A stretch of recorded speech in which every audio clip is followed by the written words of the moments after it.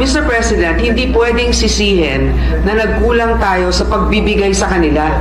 Kasi nga ang daming ang pera na nandyan. Hindi nila pinamimigay ang pera dun sa mga nangangailangan at tinuturuan din natin sila ng leksyon. Kinailangan pa ba natin na i-zero talaga si PhilHealth to free up 74 billion pesos, Mr. President? I know, Mr. President, that's also the question of many. And I've thought about this long and hard. And there's no denying that PhilHealth has a savings amount of 600 billion, Mr. President. And that's also the reason why initially the administration thought of it as a way also to augment certain short fundings that we had, for example, for health workers, etc. Hindi natin maintindihan ba't hindi nila ginagamit yung pera na nandun na meron sila na nakaimbak sa isang, ewan ko kung anong klaseng account yan, savings account, na ang kinikita ay mas mababa pa kesa sa inflation. Mr. President, hindi pwedeng sisihin na nagkulang tayo sa pagbibigay sa kanila. Kasi nga ang daming ang pera na nandyan. Hindi nila pinamimigay ang pera dun sa mga nangangailangan at tinuturuan din natin sila ng leksyon. Kung bigay ka ng bigay, nandun lang yung pera, hindi naman nagagamit. Paano naman yung mga ibang programa rin ng gobyerno na nangangailangan din ng funding?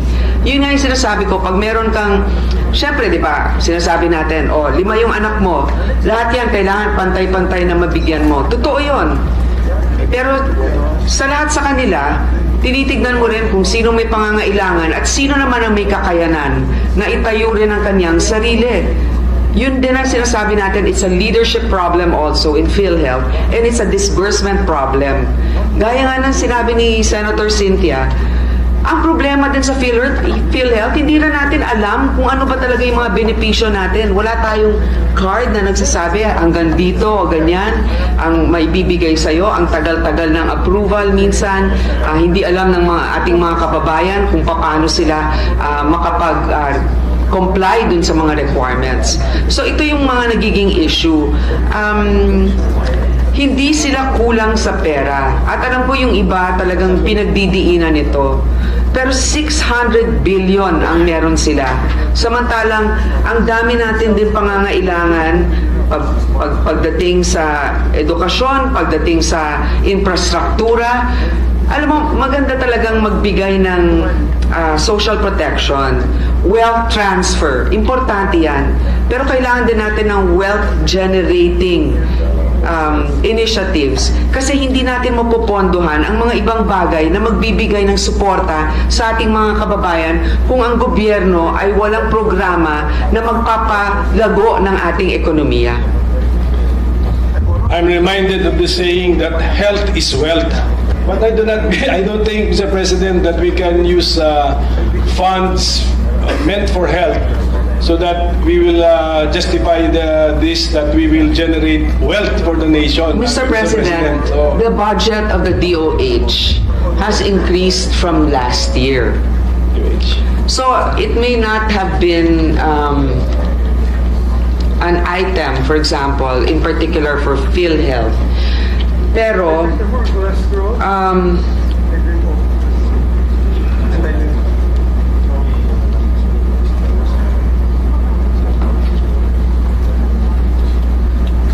meron naman pong increase na nangyari dito sa DOH from 241,602 in 2024.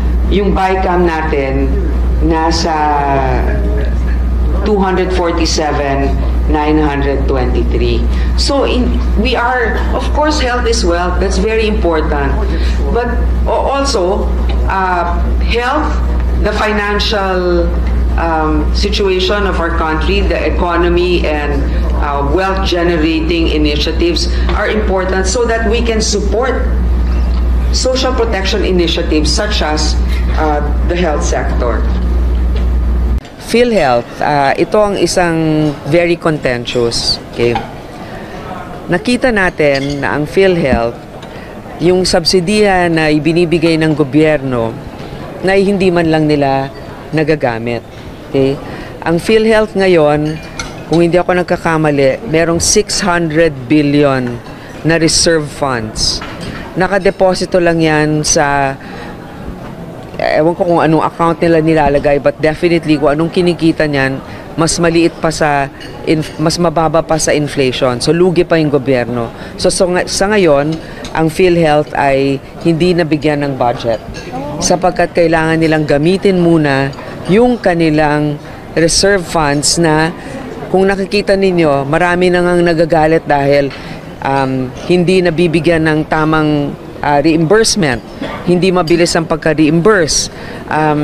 Kung nakikita naman natin na ganong karami yung pera nila, kailangan gamitin nila yon dahil nasasayang lang. Anong ginagawa ba't nila iniimbak lang doon? Hindi nila ginagamit. So, doon sa mga sektor na talagang walang pondo, doon natin nilagay yung mga sobra naman sa iba na alam natin hindi nila kailangan. Sapagkat later on, di ba nakita na natin yung desisyon ng Supreme Court, sinabi nila hindi pwedeng pag naibigay na sa kanila, hindi pwedeng ilipat kahit na merong mga crisis situation or pangangailangan sa ibang sektor. Okay. Subsidy wala? Zero ba? Zero budget. Hindi naman sila zero kasi meron silang pang-operating cost. Okay. So, yun yung sinasabi ko. Pero yung allotment na ibibigay sa kanila ngayon ay nilagay natin doon sa mga departamento na mas nangangailangan. Okay. Hindi na binigay. Program daw po nakalahati. Yung unprogrammed funds nakalahati. Oo, yung unprogrammed funds natin, hindi katulad ng dati na maraming nalagay sa unprogrammed, ngayon mas mababa na. Ano special provision dun sa pagbabalik ng Transfer. GOCCs? Yung mga GOCCs, yung mga savings nila na ibabalik. Ay, wala na. Hindi na natin nilagay kasi nga nagkaroon na ng desisyon ng Korte Suprema. Ma'am, last Okay. ko lang po. Ma'am, paano assurance po na yung AKAP di magagamit for the elections next year? Malinaw naman yung malinaw yung provision. Sa tingin ko, mas mabuti nang kayo na mismo ang tumingin doon sa provision na ilalagay natin. Kasi hindi ko na, mahirap na, baka may maiwan ako na dapat kong nasabi ukol dito. Ma'am, yung sa Okay, OVP thank you. po, kaya po ba hindi na nag-increase dahil hindi na humingi ang OVP na increase? Well, unang-una, hindi naman sila informally or formally humingi na ng increase. Kung meron man nasasabi siguro sa inyo through the media, pero hanggang dun sa pagsabit namin ng committee report, wala pa namang hiniling. At kung nandun kayo nung ating pagdinig, committee hearing with the Vice President's office, sabi nila, we'll leave it to Congress.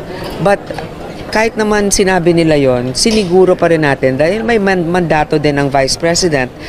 So, siniguro natin na may pagkakataon pa sila sa social services.